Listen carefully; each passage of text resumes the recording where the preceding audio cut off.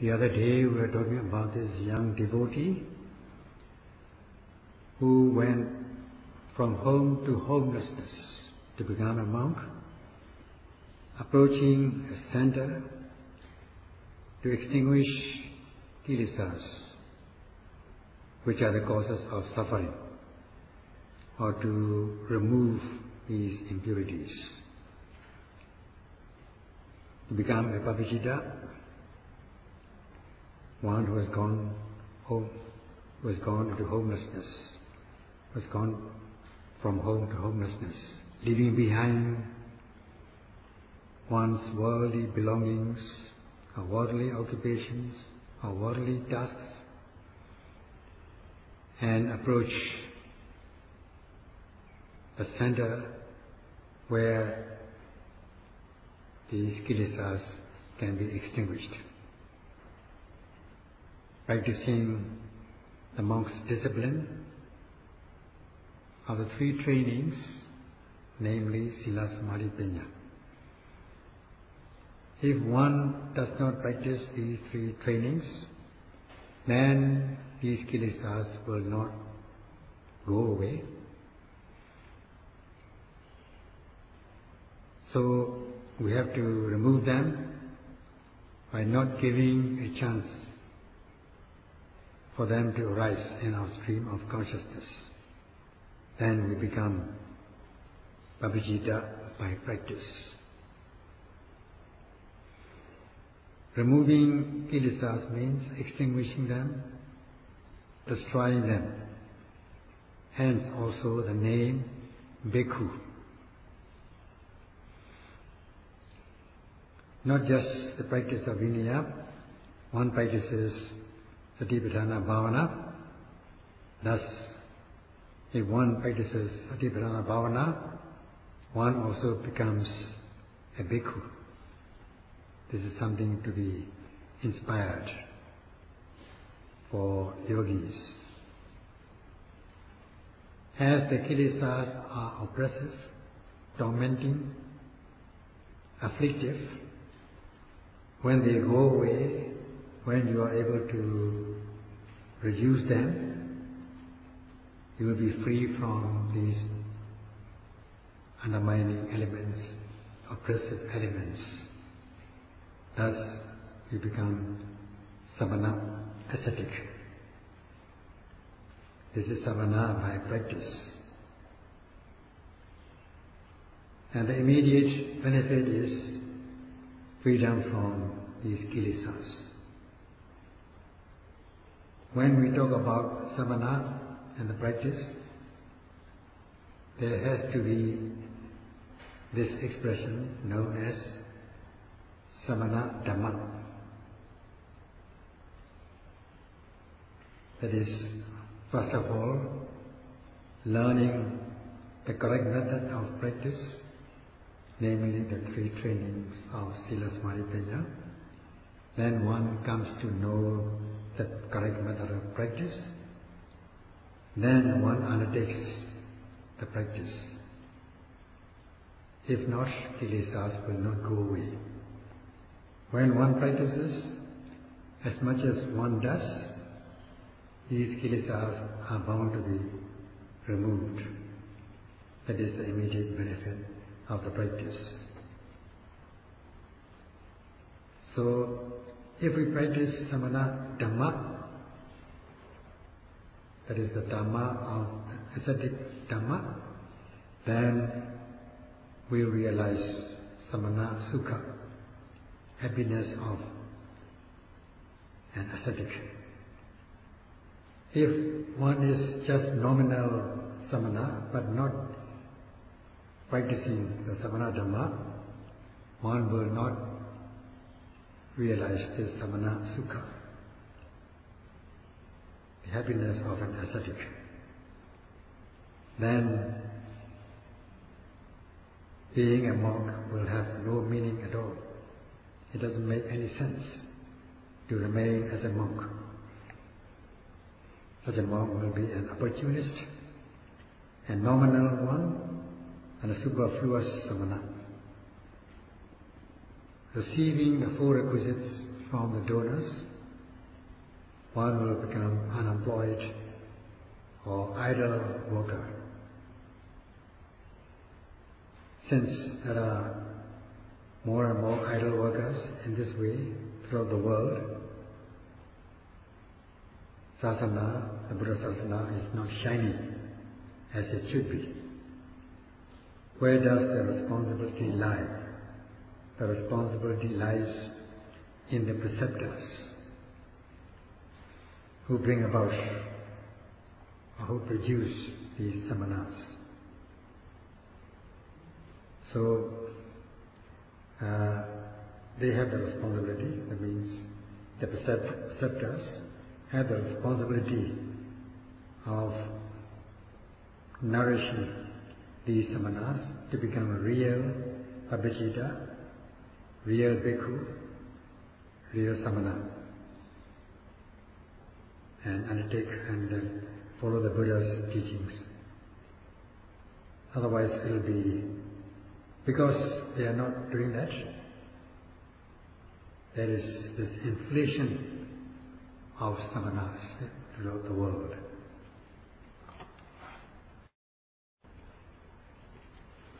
In the old days, when the disciples are brought about or produced by teachers, the teachers have the responsibility not to allow such inflation of monks, or superfluous monks, or idle monks to happen, to exist. There has to be two teachers. One is to cultivate the mind, and another is to teach the rules of conduct so as to know the behaviors and conduct by body and speech.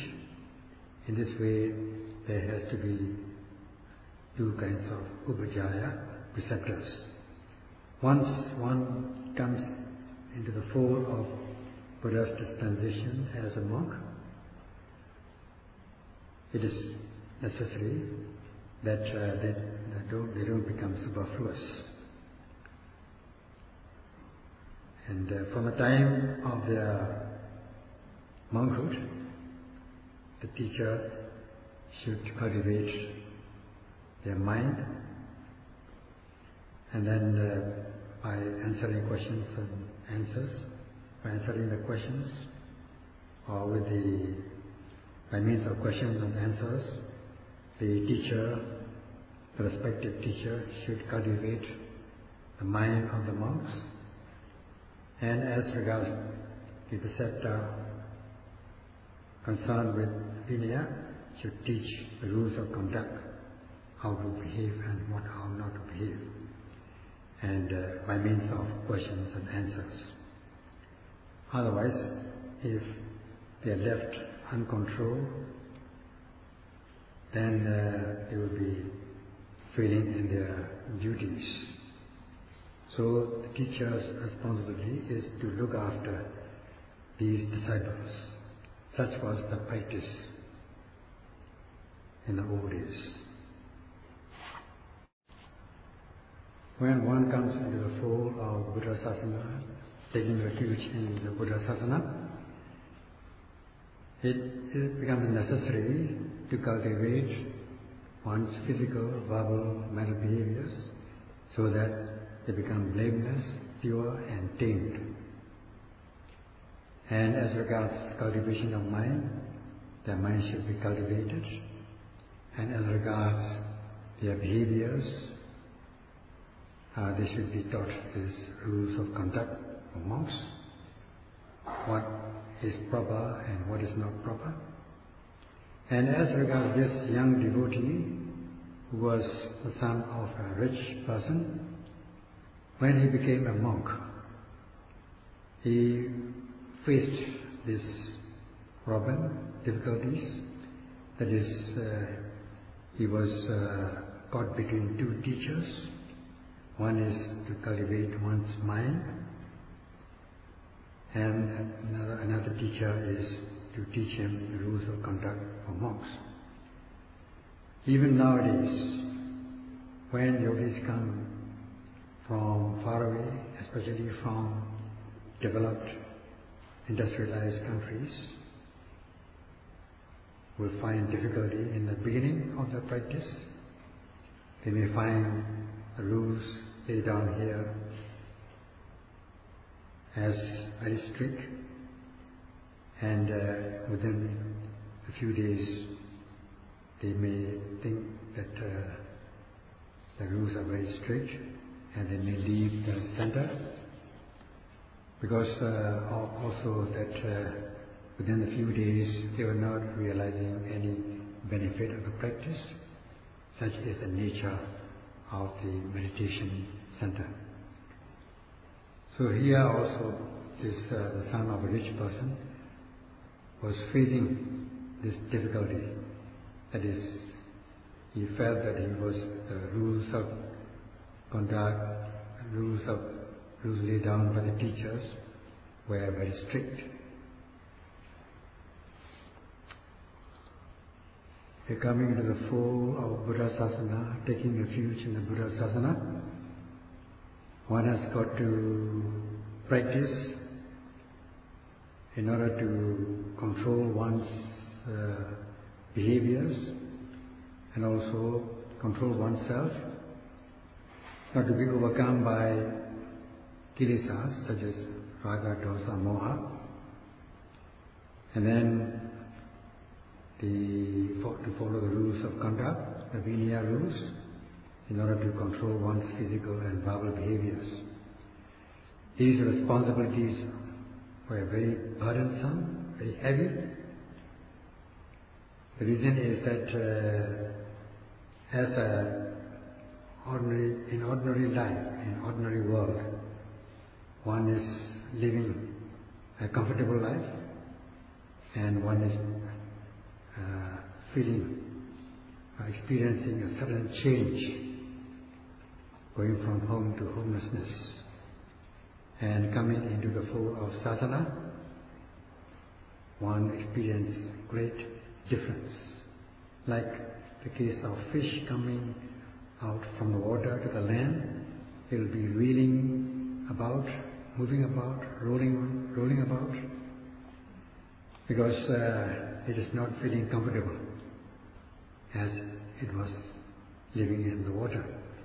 So too in the case of this young man coming from home to homelessness, living a comfortable life as a worldly person and suddenly ordaining as a monk. He would feel like a fish coming out of the water.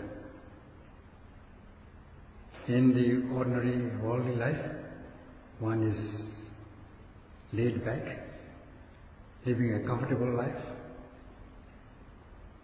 Whether one comes from a poor family or a rich family, it doesn't make any difference.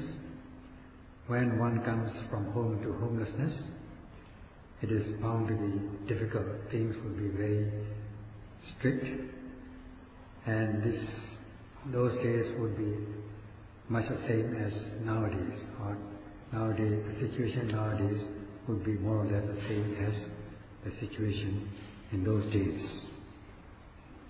And he complained about the change of life, from worldly life to the life as a monk. I became a monk because I wish to be free from suffering. Now in practice, the disciplines in the sadhana were very strict, so much so that I could not even move, stretch my hands or bend my hands. That much was the situation. At home, I was able to live freely, and perhaps if I disrobe and return to home, the lay life, I might be able to practice to be free from suffering. So in this way, he became very dispirited and lose faith and confidence, and also the desire to stay on in the Buddha Sasana, so that he was not able to exert any energy.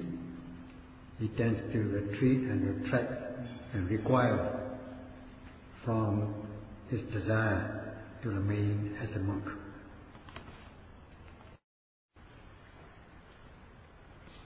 Nowadays also, it is more or less the same. For instance, the parents send their children to the meditation center to practice meditation, and when the children came to the center, they found the disciplines very strict, and they were very unhappy, so much so that they ran away from the center. And as for the parents, they cherish and appreciate the practice of meditation, so they wanted to nourish their children.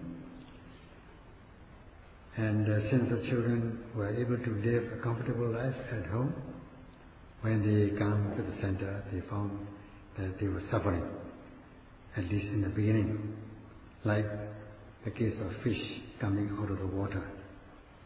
They were very much unhappy because of the strict regulations or strict disciplines in the meditation center.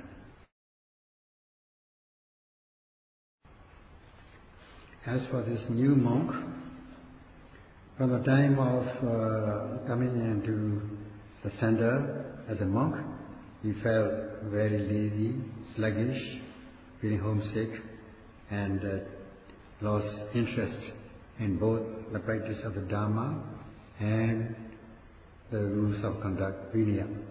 He was very unhappy, and he could not even learn the correct method of practice, which is given in theory, and he could not remember them.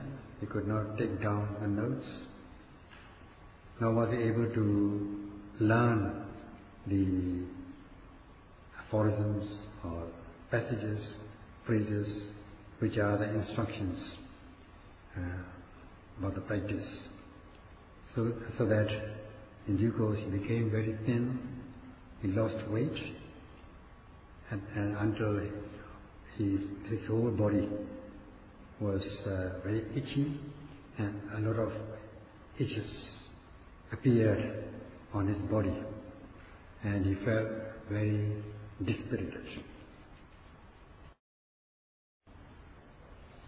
At that, the fellow young monks asked him the reason why he became thin, why he lost weight, and why he was so feeling spaced out, not being active, like a person who is suffering from liver disease. And then he became very thin. His whole body was itchy, and what was the reason for all these things? And the young man replied that he had been living a comfortable life at home, and he thought that it would be possible to practice, to become a monk, to be free from suffering. And that was the reason why he came to the center as a monk. Now things did not happen as he originally thought, and he felt everything very strict. And that was how the young monk answered.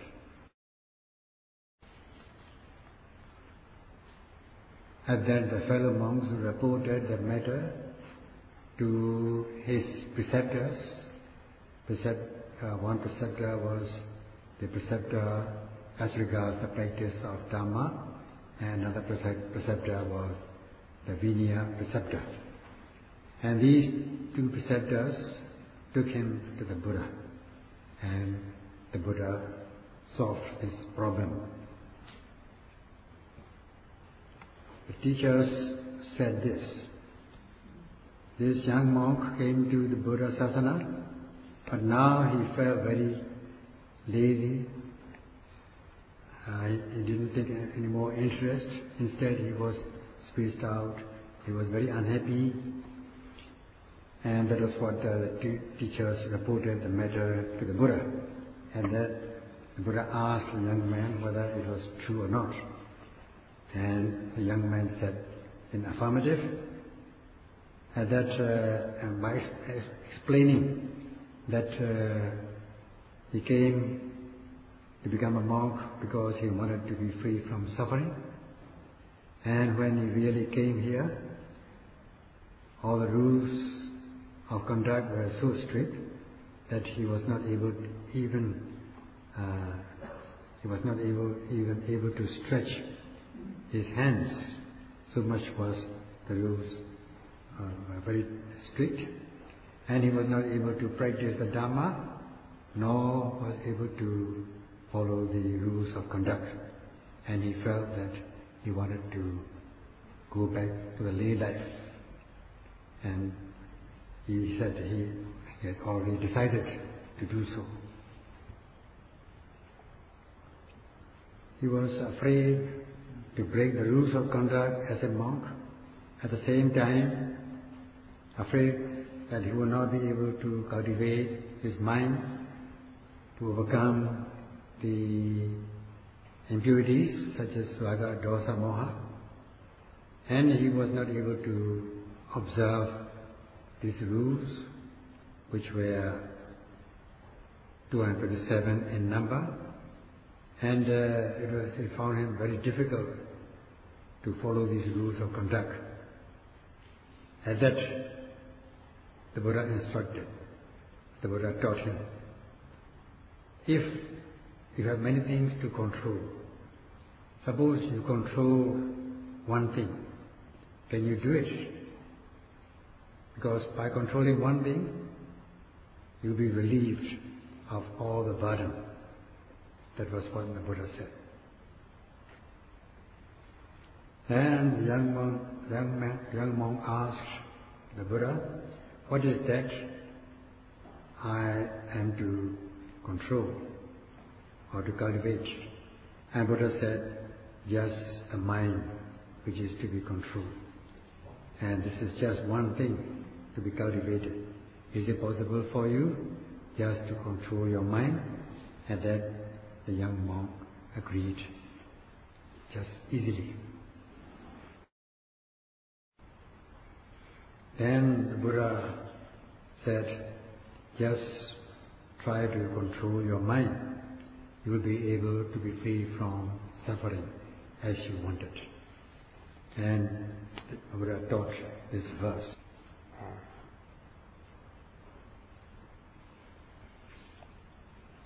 Cultivating the mind means to guard your mind with vigilant mindfulness of whatever arises. That is one thing to be controlled. As is said, ekara kohoti, what is that which is to be guarded? And in which way is the mind to be guarded? And the expression, the answer is satareki na chitasa samanagato hoti. One should guard one's mind with one thing, that is the way of mindfulness. That is to activate mindfulness of every arising object so as to sustain one's mindfulness. As the object arises, obviously, the noting mind notes the object. To become face to face with the object of attention, as soon as the object arises, one notes. That is how one directs one's mind to the object of attention. For this, we need these mental powers, namely faith and confidence, desire or zeal, and the application of energy to be concurrent with every arising object. One should exert energy by way of ardent energy to be active, wakeful, and alert. Furthermore, we need this jhanic power, the factor of absorption, namely taking an aim or focusing. Excuse me. focusing your noting mind to the object of attention, then you, in this way, your mindfulness will be able to guard your mind. Then the mind is guarded in accordance with the quality of the sati, namely araka vichupadana, the manifestation of protection or guarding. Guarding the mind from impurities. In order to be able to be concurrent with the object, we need these mental powers, namely faith and confidence and the desire.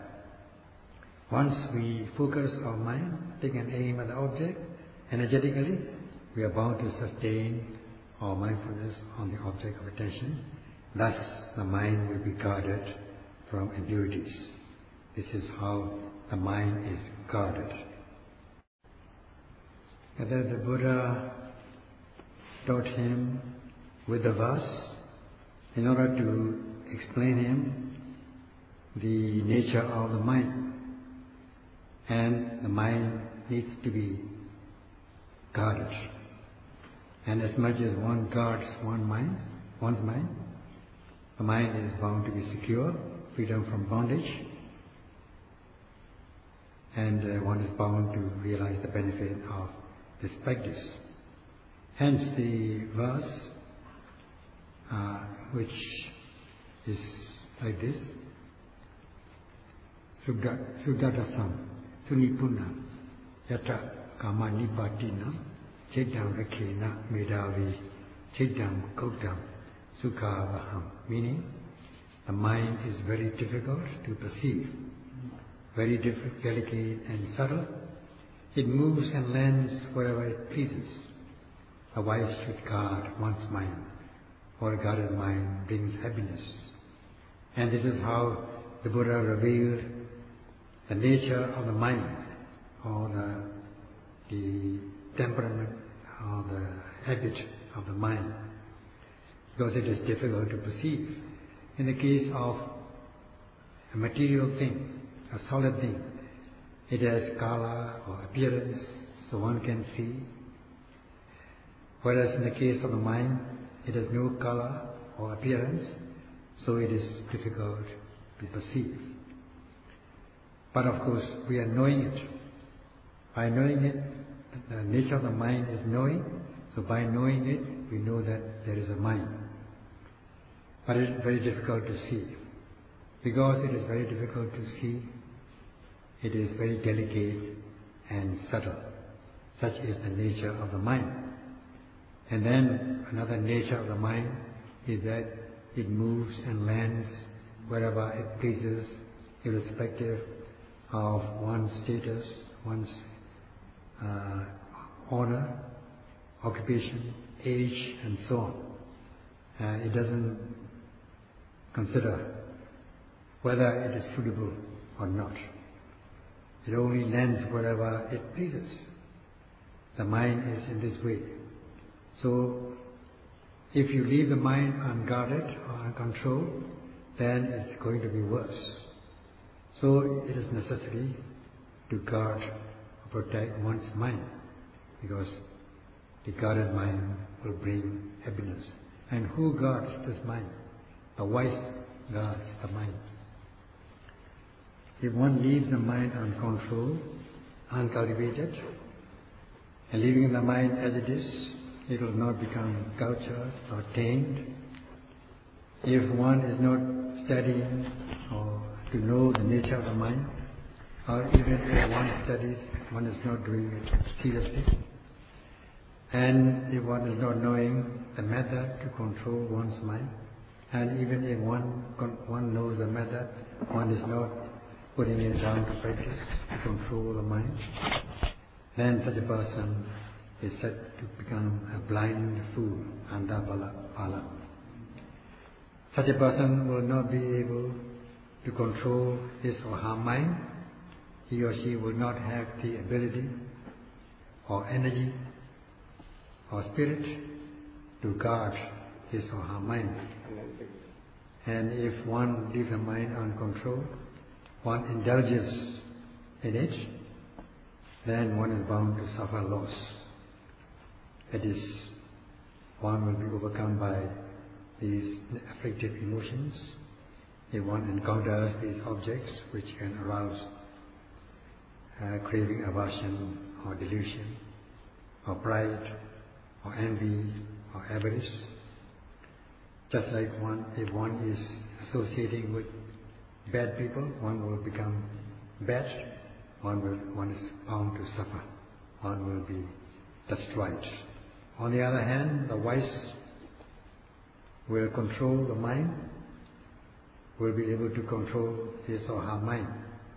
Hence the Buddha said this, just control one thing, namely the mind, and you are sure to be free from suffering. This was obeyed by the young man. He had this desire and he was very inspired, applied his energy, applied his mindfulness, deepened his concentration, and was able to cultivate knowledge. This we shall continue tomorrow.